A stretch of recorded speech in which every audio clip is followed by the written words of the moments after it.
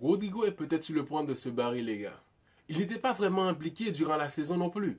Et ensuite, Rudiger qui risque des lourdes sanctions, ça serait mérité, ouais. Mais il faut en parler des buts du Barça. Il y a beaucoup de vidéos qui parlent de l'arbitrage en faveur du Real Madrid. Et ils ont raison, mais moi je préfère parler des problèmes du Real Madrid et des choses qui auraient pu être différentes si les décisions ont été prises. Par exemple, les buts du Barça. Sur le premier but, le Real avait tellement peur du match, ils voulaient tous rester dans la surface et Pedri qui arrive tout seul. Il y avait plusieurs joueurs du Real Madrid dans la surface. Et Pedri a eu l'occasion d'être tout seul et Lamine Yamal, le petit génie qui fait la passe au grand patron, ils nous ont cloué ce premier but-là. On disait, ouais, franchement, il n'y avait plus d'espoir. Et sur le deuxième but du Barça, mauvaise sortie de Thibaut Courtois. Peut-on vraiment lui tomber dessus? C'est un gardien admirable qui a toujours fait l'effort pour garder la cage du Real Madrid. Et là, sur une action à la 84e minute de jeu, Ferran Torres. Et sur cette même action-là, il y a Rudiger qui n'arrive pas à faire de bons sprints. Et on sait qu'il est rapide, mais quelle est la raison? C'est pour ça que je reste sur les buts du FC Barcelone. Et aussi le troisième but, la passe de Modric. Regardez là, il y a Brahim. Brahim qui hésite d'aller et rencontrer le ballon ou essayer de prendre l'avantage et aller partir en vitesse. Et là, Koundé qui intelligemment, il récupère la balle et tire. Quelque chose que même Koundé a déclaré que à l'entraînement, je ne fais pas des choses comme ça. J'hésite. Mais cette fois-ci, son jour de chance, mérité. Et pourquoi je parle des buts? Oui, parce que les dirigeants devaient faire un bon mercato, surtout en défense. Il manquait un doublure pour Rudiger et tout en sachant que on ne peut pas compter sur Alaba et Militao il est blessé, donc Carvajal non plus n'était pas là. Même en mercato d'hiver, le Real devait faire un effort. C'est comme si le club n'a plus d'argent. Mais c'est plutôt l'orgueil.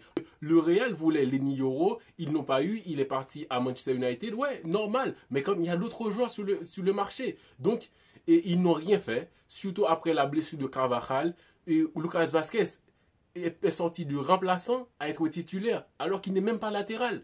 Donc, comment jouer une saison avec tous ces mots dans l'équipe sans oublier que tu as perdu au milieu de terrain, il fallait avoir des remplaçants. Madrid, les recrutements, c'est la responsabilité des dirigeants, mais le choix du coach, c'est là le plus important aussi. On a senti en deuxième période que le Real Madrid était beaucoup plus intéressant avec la rentrée d'Arda Güler, Modric et Mbappé. Et c'est pour ça qu'on peut questionner le coach. Pourquoi Arda Güler n'a pas eu plus de temps de jeu? Alors que c'est un joueur, quand il est là, il y a plus de centres, plus de dernières passes et un joueur capable de créer alors qu'il était sur le banc toute la saison.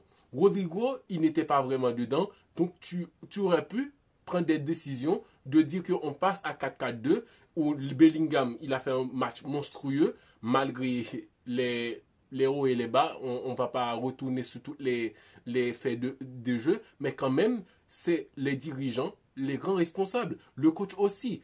Endrick qui a marqué plus de 5 buts en Coupe du Roi, il n'a pas eu de temps de jeu en Liga pour prendre plus de confiance. Alors qu'au début de saison, il montrait qu'il était vraiment impliqué, qu'il voulait faire plus. Donc c'est le moment de dire, ouais, on va te donner plus de temps de jeu. Malgré ça, il a osé cramer le mec en disant que ouais, tu n'es pas dans un club de théâtre. Alors qu'il a fait tout ça, malgré tu lui as donné peu de temps de jeu. Arda Güler aussi, il a marqué un match et en Liga contre Getafe et passe décisive pour Tchouaméni en finale de Coupe du Roi. C'est un mec qui voulait aussi faire partie de l'équipe. Le coach ne lui a pas donné l'opportunité. Donc, quand on voit l'équipe qui est beaucoup plus intéressante face au Barça avec des remplaçants comme ça, on se dit, mais tu aurais pu faire mieux contre d'autres équipes, contre le Ganes. Tu aurais pu avoir un système de jeu beaucoup plus intéressant. En absence de Ceballos, tu aurais pu jouer avec Arda Güler pour plus de confiance, plus de créativité. Mais non, ce n'a pas été le cas. Aussi en défense. En défense, tu galérais avec Tchouaméni pendant longtemps jusqu'à ce que tu arrives à...